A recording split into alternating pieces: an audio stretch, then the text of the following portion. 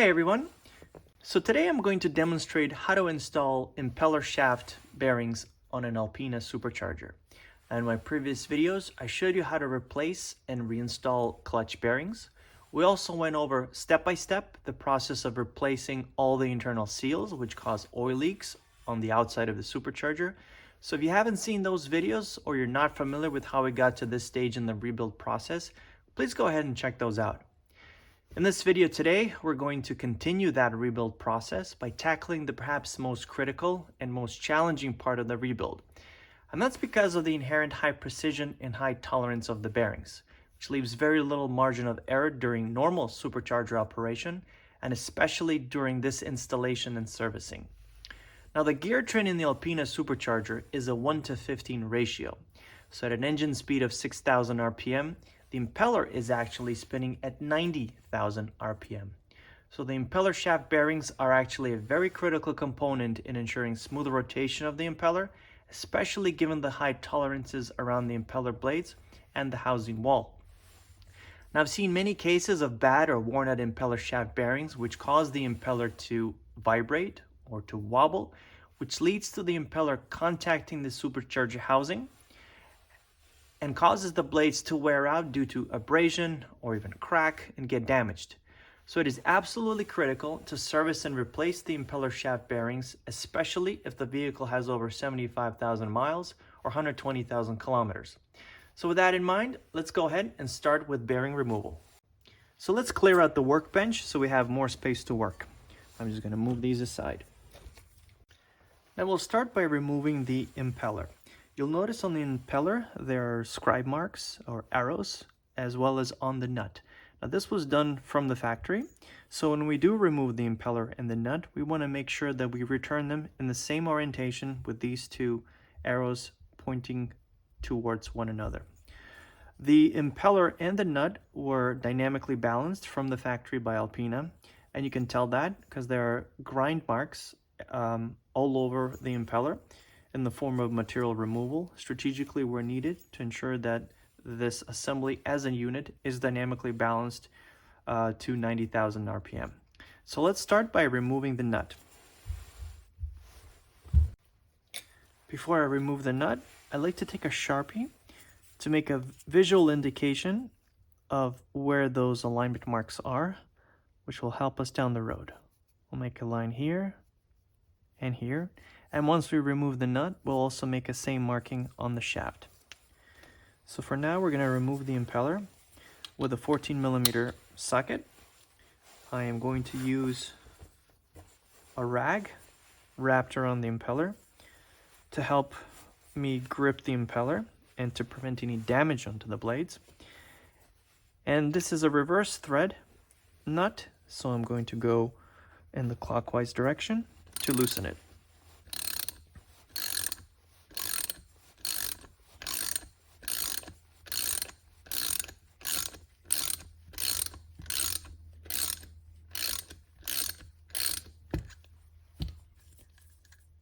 And that's it, that's the removed nut.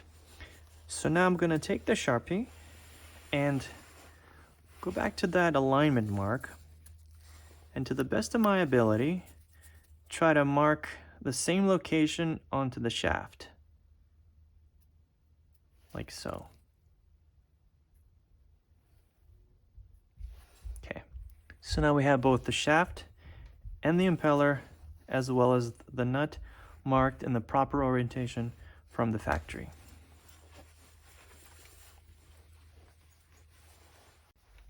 The next step is to push out the impeller, and to do that I'm going to make use of my blocks.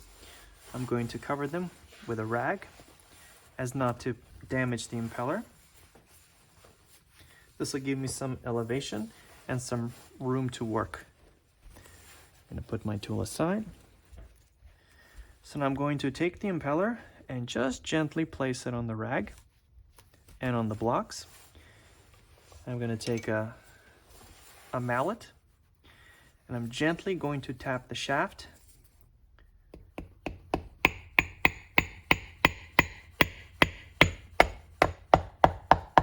until it starts getting pushed in. at which point I can simply remove the impeller entirely. So I'm going to set this aside. So now we have the impeller hub. We see the shaft, we see the impeller hub, we see the helical gears which drive the impeller shaft. So now we are going to remove this retaining clip or snap ring. So let's go ahead and do that. So to do that, we're going to get a pair of snap ring pliers, and I'll take my blocks and reposition them so I have better leverage and more sturdier work surface to remove the snap ring. I'm going to zoom in a little bit to show you what I'm doing. So we have this clip that we're going to try to remove.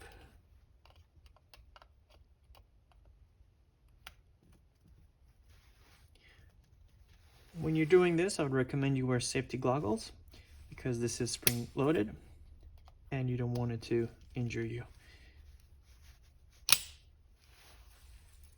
And here it is, snap ring removed. Put it aside. A couple things here you'll notice is there is an assortment of shims and spring washers that need to go back in the same order. I'm using a magnet to show you some of those. So you'll see the spring washer and assortment of shims. Underneath it there are some more shims, which I'm going to try to remove with my magnet tool. And I'm preserving the order from which they were installed on the impeller housing. So I'm just going to put that aside. Now that we've removed the retaining clip, we can easily remove, simply slide out the shaft, the impeller shaft, with the impeller shaft bearings. And this is what that looks like. This is the impeller shaft housing. Inside here is a carbon shaft seal, which is another very critical component. And we're going to put this housing aside and focus our attention on the impeller bearings and on the impeller shaft. So you'll notice on the shaft there is that helical gear, and at the bottom of the helical gear there is a flange. Now this flange is actually covering almost all of the surface of the internal race of the bearing, which actually makes it a challenge to press out and push the bearing outward because there's very little exposed surface of the inner race to allow us to take a pressing tool or something similar to press against the bearing, to press against the inner race and press and push out the bearings downward. Moreover, there is actually, if you can see, there is a chamfer on the outer edge of the inside race, of the inner race, and that makes a very, very small flat surface onto which we can attach a pressing ring or a cylindrical sleeve or something similar to press out the bearing. Now, if you've seen my other videos, you may know that I'm all about using whatever tool is available to me, off-the-shelf items, and you might be inclined to think that maybe you can use something as simple as a socket to put over the helical gear and press out the bearing that way. However, believe me, I've tried. There is absolutely no way to get any sort of socket to fit nicely around the tolerances that are in question here. First and foremost, the sockets all have hexagonal cutouts, so you will never get a full and a complete contact between the socket and the exposed surface of the inner race. Second of all, the exposed surface here is less than 0.2 of a millimeter, so it's very, very small. Chances are of finding an off-the-shelf item or a sleeve to put against the shaft to press out the bearings or to tap onto the bearings is very small. Because of that, I actually have a precision machined sleeve or precision machined tool for this purpose. Now, this is one of those applications where you really, since you've gone this far in tearing down and rebuilding the supercharger, you really need to use the right tool for the right job. It'll save yourself headache in using the wrong tool or the wrong sleeve to press out these bearings. What will happen is you'll end up damaging the teeth of the helical gears, or you'll end up damaging the races, or perhaps you'll end up scratching the shaft. And all those things are very detrimental because, as far as I know, this shaft is very difficult to manufacture. I've looked around at an instance where a customer had a damaged shaft, and we weren't able to source one for a reasonable cost. So I strongly recommend, if you're going to be replacing the impeller shaft bearings, you do yourself a favor, save yourself a lot of headaches, and get the proper tool, which is precision machined to fit just over the helical gears and fits perfectly around that flange that I showed you, and has a perfect sits perfectly around the inner race of the bearings so that you can tap it and push the bearings that way. So I'll show you how to do that. But before I start with that, I do want to take the time to protect the helical gears. I'm going to put some masking tape around it just to protect the teeth. It's 10 seconds worth of extra effort, but it can only help you down the road to prevent any damage to it. While I'm there, I might as well put some tape over the threads as well to protect those, just in case, because it's not worth dealing with that. Okay. Now that that's protected, I'm going to start by taking some fresh motor oil and applying it vigorously onto the shaft so that we have a smoother surface for the bearings to slide down.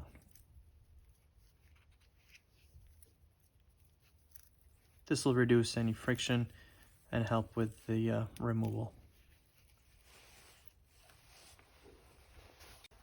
Now that that's lubricated, I'm going to zoom out a little bit, and I'm going to take my special pressing tool for the impeller bearings, and I'm going to slide it over the helical gear and ensure that it's concentric and it sits perfectly on the inner race of the bearing. And one thing you'll notice, there's very little gap, less than a millimeter of clearance. So I'm going to place it firmly against my block. I'm going to hold the sleeve, and I'm going to start tapping with a mallet.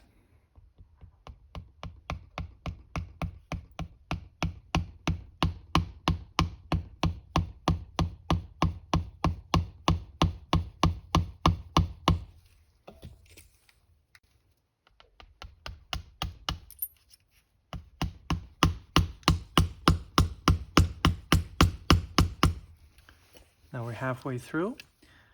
You'll notice that one of the bearings has already come loose. We can take our protective tape and simply remove it. With that, we're going to remove a spacer. We're going to remove the bearing. We're going to remove another spacer that sits in between.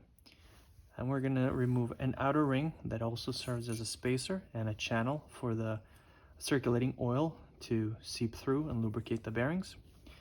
And we're left with the last bearing, which we're going to continue removing by, again, gently tapping onto the inner race with our special tool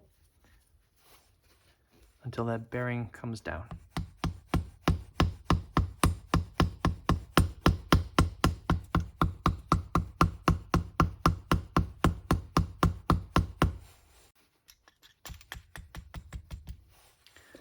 And that's it. We take the tool out, and this is our final bearing removed. So here you can see the two specialty impeller shaft bearings. Now these are, like I mentioned, special bearings. They are high precision bearings. They are ABEX 7 rated, which means they have a maximum of 5 micron deviation from the nominal dimensions. These are also duplex bearings, which means that they are 2 matched bearings and they provide more accurate alignment in both radial and axial directions. In addition to that, they are mounted in a back-to-back arrangement to give maximum stability and rigidity to the shaft and prevent the impeller from hitting the outer walls of the housing. So now we're going to take our old bearings aside and we're going to take our kit, our new impeller shaft bearing kit. These are duplex bearings, again 2 matched bearings. They come in as a set. We're going to take these out and we're going to install them back onto the shaft into following back-to-back arrangement, which means we're going to look for the markings on the bearings and ensure that those are pointing inward towards each other. And the order of installation is going to be this spacer, then the bearing, and then these 2 spacers concentrically sandwiched between the 2 bearings. And of course, all of that is going to be pressed through the shaft. So let's go ahead and try to do that. So now we're going to start by protecting the threads again by putting a little bit of masking tape onto it, just in case, like so. And then we're going to take some motor oil, fresh motor oil, and lubricate the shaft as much as we can. This will help with the installation, reduce the friction. So now it's a matter of taking the bearing, ensuring that the markings are pointing inward, and installing it so that it is as level as you can make it. So I'm going to try to do that by holding the bearing and then bringing in my pressing tool, sliding it over the shaft, trying to apply a little bit of pressure, and just gently tap the bearing so it starts coming in.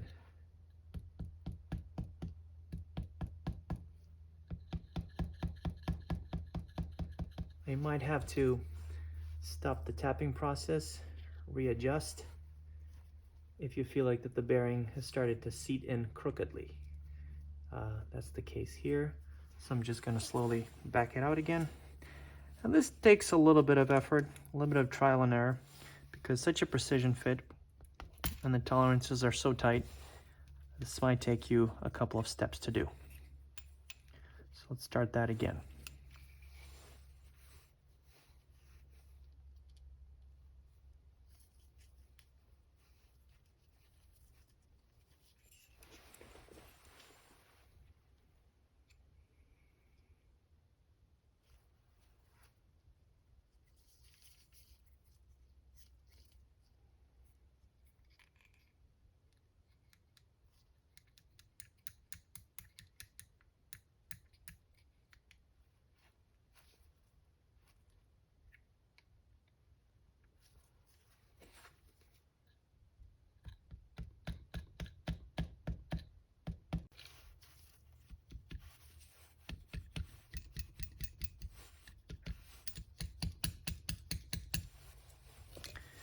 And now the first bearing is fully seated. It is fully in. So now we can take and put that small spacer or ring onto the shaft. Just gently rotate it. Now we can take the outer ring, slide that over. And we're going to repeat the same process by taking the last bearing and sliding it through. Again, ensuring that the markings are facing inward. That will be the back-to-back arrangement of this bearing.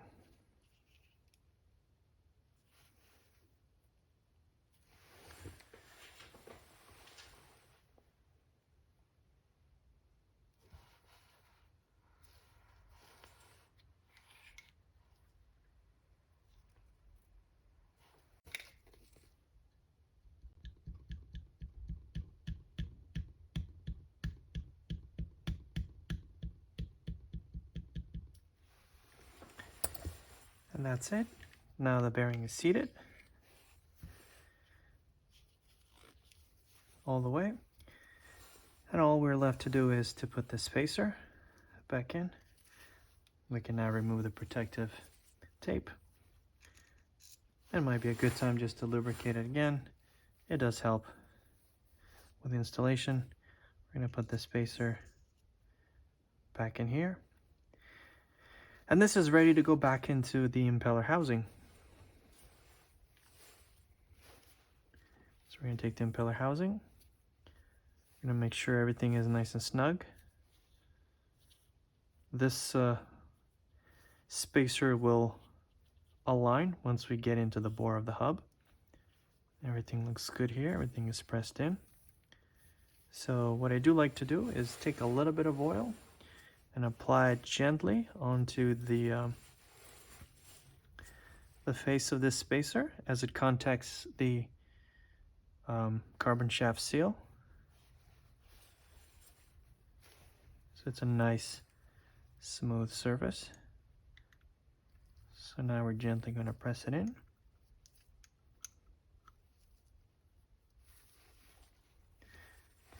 It helps if you use a flat surface for leverage.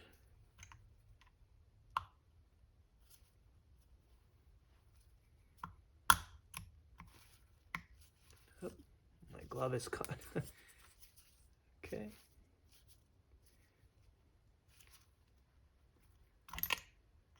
Let's back that out again. Let's try it again.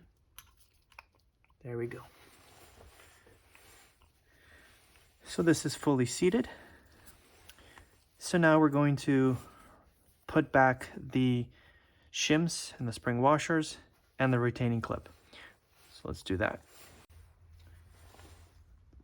So I'm going to zoom in a little bit, and I'm going to take the assortment of shims and the spring washer, which applies the appropriate amount of preload onto these bearings, and we're going to return them back to the hub.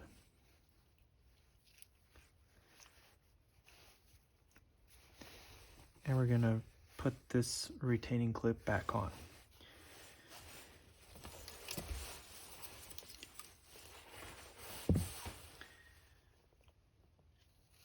Just a reminder, I still have the protective tape on the helical gears to protect the gears in case they get damaged. Now this can be tricky just because of it is spring loaded, and everything needs to sit in properly. So this might take me a few tries to get it done right. From experience, I know these can be a little bit stubborn, but with the right tool and some patience, they do go in. Okay, so this is in. I'm going to take a screwdriver and just gently ensure that the retaining clip is indeed seated in the groove. Yep, I heard it click and snap, which means it is in the groove. Okay, so this is now good to go.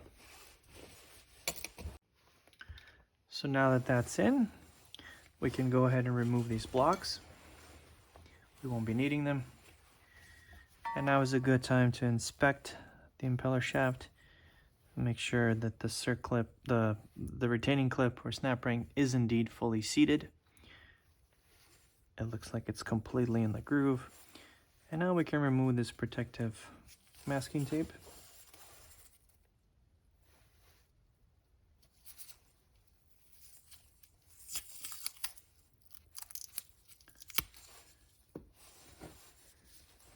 And now is a good opportunity to inspect the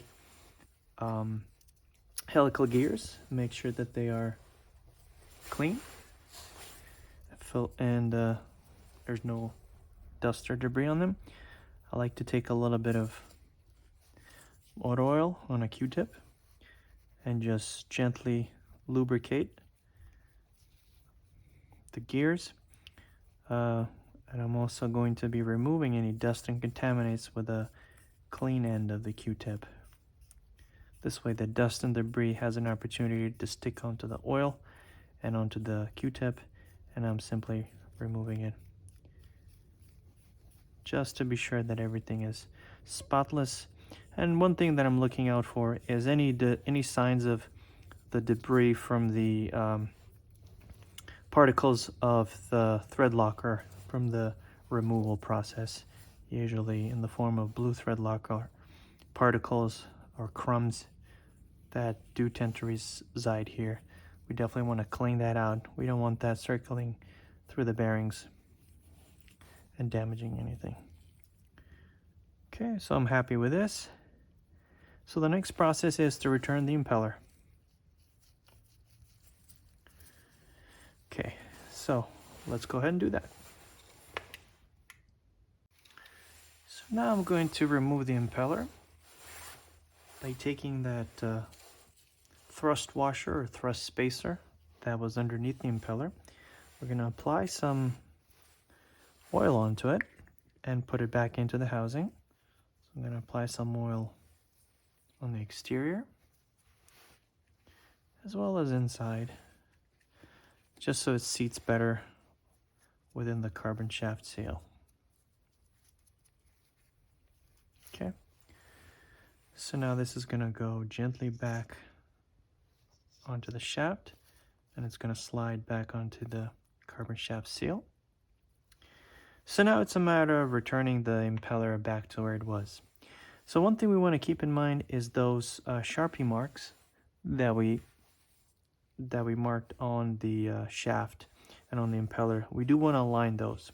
So we have three things that are going to be working against us. This shaft is going to be free spinning. The impeller is going to be free spinning until we wedge it in sufficiently so that it gets pressed in onto the shaft. And then we have to tighten this impeller nut. So what we need to do now is we need to hold the impeller shaft in position with something here so that we can install the impeller and align it so that the Sharpie markings align. So for that, what I like to use is a pair of vice grips and a very thick piece of rubber. I take this piece of rubber and I put it on the helical gear, and I take my vice grips. It seems counterintuitive. We've done so much to protect the helical gears and we're putting vice grips on it. But this is a good way to hold the impeller in place. And we're just gently holding and pressing onto the helical gears with the vice grips just to prevent it from rotation. We're not putting too much pressure on it. And we do have this very thick piece of rubber to hold it. So now that that's locked in, the shaft cannot rotate. We're going to look at the witness mark, the Sharpie line, and we're going to take our impeller. We're going to make sure that everything is clean. Put some oil here, and then I'm going to clean it with another Q-tip just to get any dirt or contaminants off of it. I'm going to do the same thing on this surface.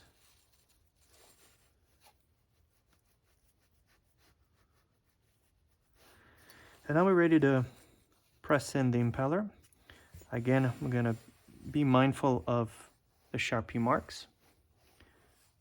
Put it in so that they align like so.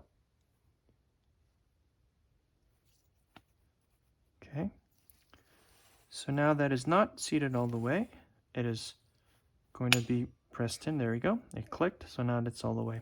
So now I still have the ability to rotate the impeller, at which point the clocking between the two marks will be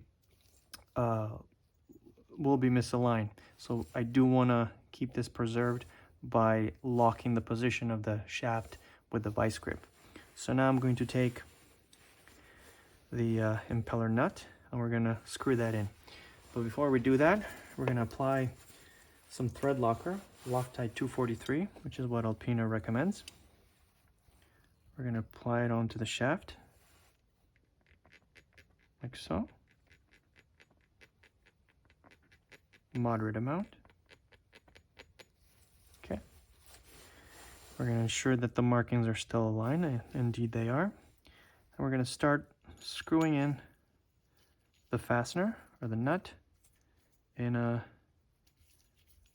counterclockwise direction. First by hand, then I'm going to get my wrench.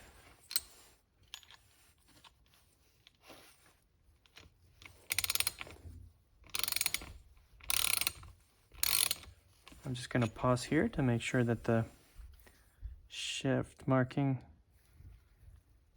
and the impeller markings are perfectly aligned, and they are. I'm going to continue tightening it. Again, keeping the shaft stationary, keeping the impeller stationary, and then tightening the nut.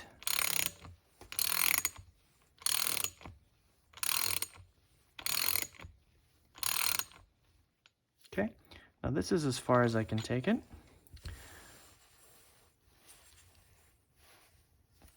Okay, so once again, I'm going to verify that the markings on both the impeller and the nut are exactly where they were from the factory. And indeed they are. They align perfectly.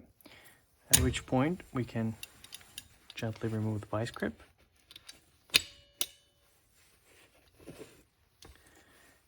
And that was another good opportunity to clean any debris or dust or contaminants from the rubber that may have gotten onto the helical gears.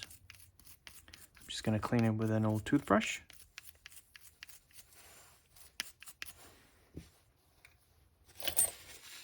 I'm going to take a little bit of paper towel, dab it in oil, and just lubricate the gears a little bit. The other thing that we can do is to pre-lube the bearings by pouring some of the oil into them. They will be supplied with oil once the oil starts to recirculate throughout the supercharger. But just to be safe, I do want to give it an extra bit of lubrication so that the first time that we start the engine, we do have some oil recirculating. Again, not necessary, but I do want to be extra cautious when rebuilding these superchargers. So now this impeller housing and the impeller are ready to accept a new oil seal in a video which I've showed previously. And this is ready to be installed back into the supercharger housing and essentially put back together, bolted together, and it is ready to go back into the vehicle. So that's pretty much it. That's the process for installing these bearings. If you found this video to be useful and helpful in repairing and rebuilding your supercharger, I'd appreciate it if you would either consider subscribing to this channel or giving this video a thumbs up. It greatly helps me. And for all your supercharger parts and needs, or if you have any questions, feel free to reach out in the description below this video. Thanks again, and we'll see you next time.